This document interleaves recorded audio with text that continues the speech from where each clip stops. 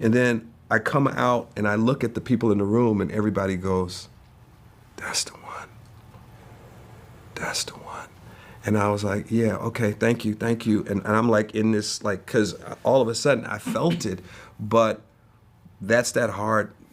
Robert Townsend's very hard-headed, because then they said, for Bruce, that was worth 10,000.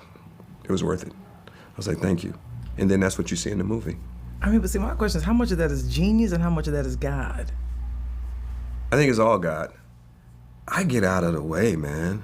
I just get out of the way. It's like God whispers in my ear and he goes left. It's like when I was like, I don't know, you're from Chicago, I'm from Chicago. Yes. There would be certain times I would walk down the street and then God goes, turn now, turn left, turn now, turn now. And you turn, and on that side over there, the vice lords are running down the street with guns. And I'm like, oh, okay. And so, you know, my life coming out of the hood, you know, I was running from gangs every time. And this one day, I run into a gang initiation. And there's a guy crying with a gun to his head. I'm thinking I'm dead, because the guy with the gun I had beef with, and the guy with the gun, he's like, we got another one. And that guy saved my life. It's all God. Everything I do is God. It is God covering me. Clearly, you're not afraid to kind of flash back to your youth, but this is sort of your first musical, if you will, Carmen, the hip opera. Mm-hmm. I remember watching it when it came on TV, on MTV, and it was such a big deal for all of us. I mean, you got a young Beyonce yes. in this movie. Yes. Mekhi Phifer, who's also fantastic. How did Carmen, the hip opera, come into your life? MTV had reached out and said, we're going to do a remake of the opera Carmen, but we want to do it with hip hop. So we want to create a hip hop opera. And so I was like, I'm in. That sounds amazing. It's like, oh, I've never done an opera before. I didn't know Beyonce. I had seen her. I had hosted some events in Cincinnati, and she was in Destiny's Child. So I knew of her, and I was like, wow, she has a striking look. You know, she's a beautiful young girl, but I could see she had something special, because my director eyes, I go, something's going on with her. She's got something. So anyway, when they said who would play Carmen, I was like, I think that girl in Destiny's Child, you know, Beyonce would be perfect for it.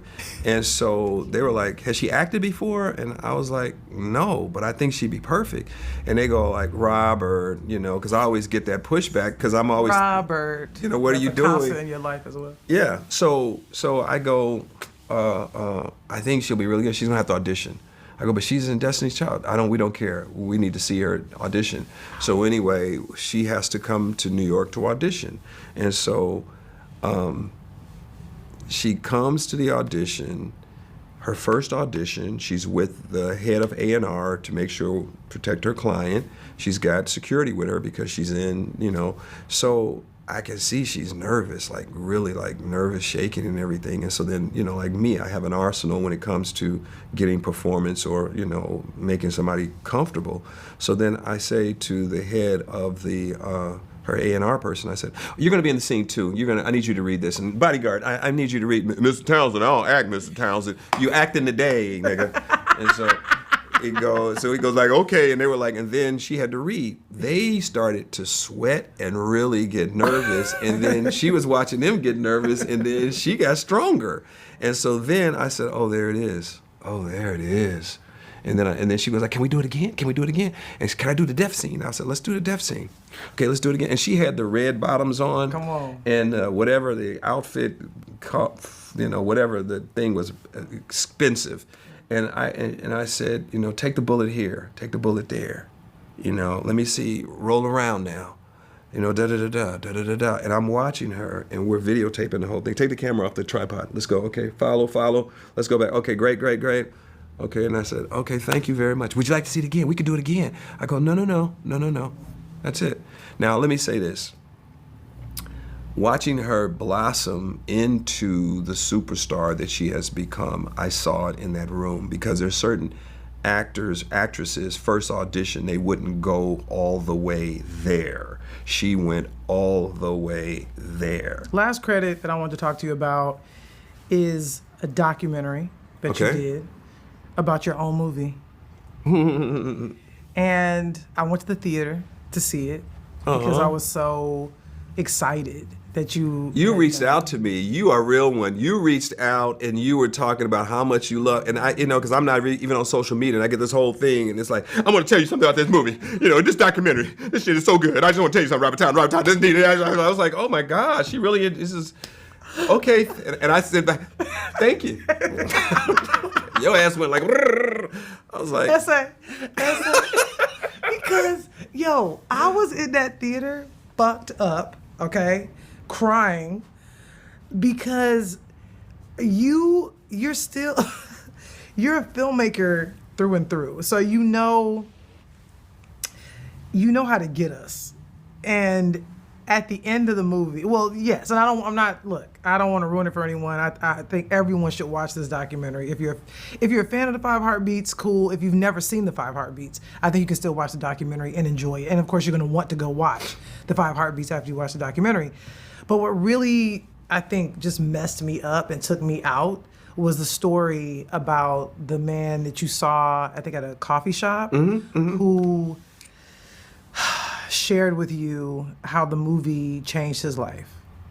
And that was for me when it was Waterworks. I was just done. And it's such an amazing thing for you to share with us about how you got a chance to understand what that movie means to people.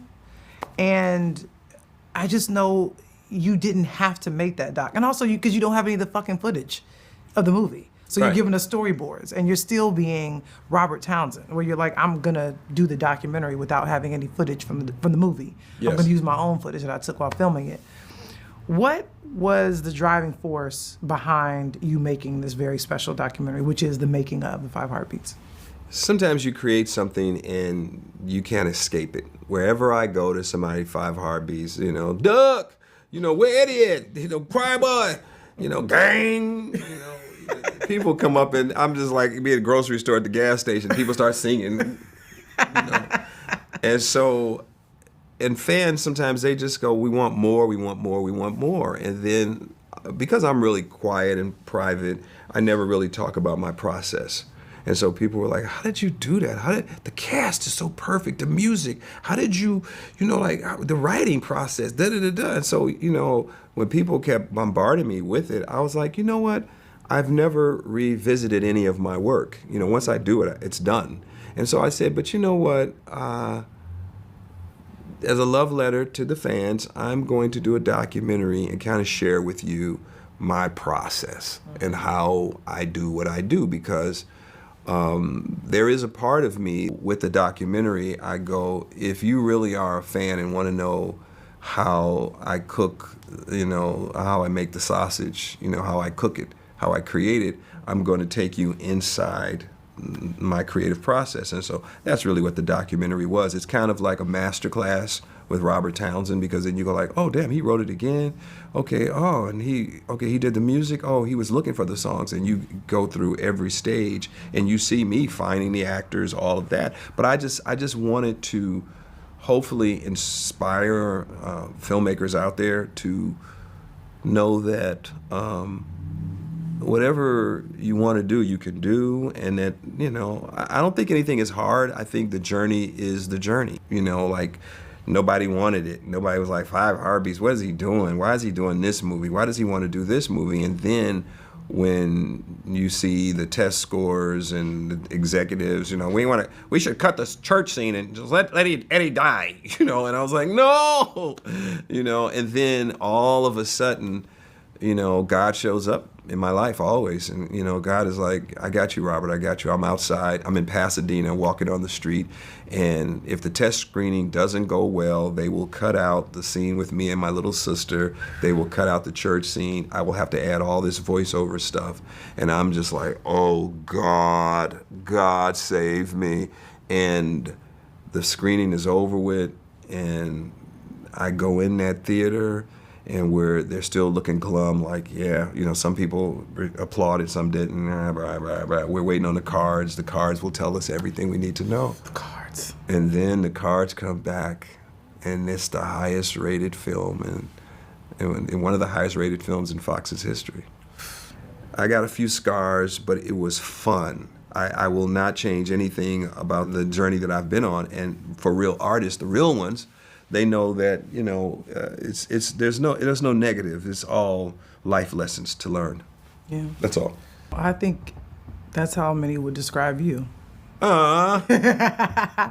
You are. I mean, I think when I've gotten a chance to look at a lot of your work back to back to back, and I've been able to watch a lot of it in real time, which I'm really honored that I've been able to go to the movies and see your work and see it in real time and see it on the big screen and then see it again on my small screen and relive it.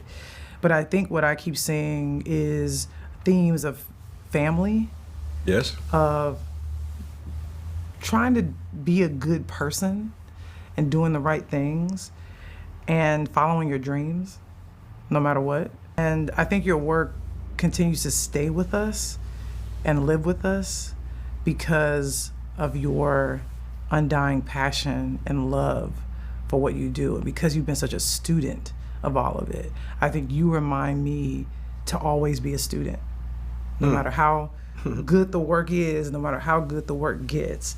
As I keep watching your work, you continue to strive to be even better than you were before, and you're always great.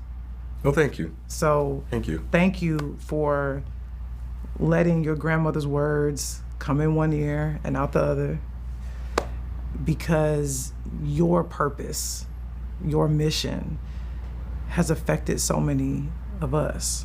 And you've reminded us to walk in our purpose, because if we don't, someone else is going to miss out because of it. Well, thank you. Thank you for all this time, and everybody. Thank you so much. Thank you so much.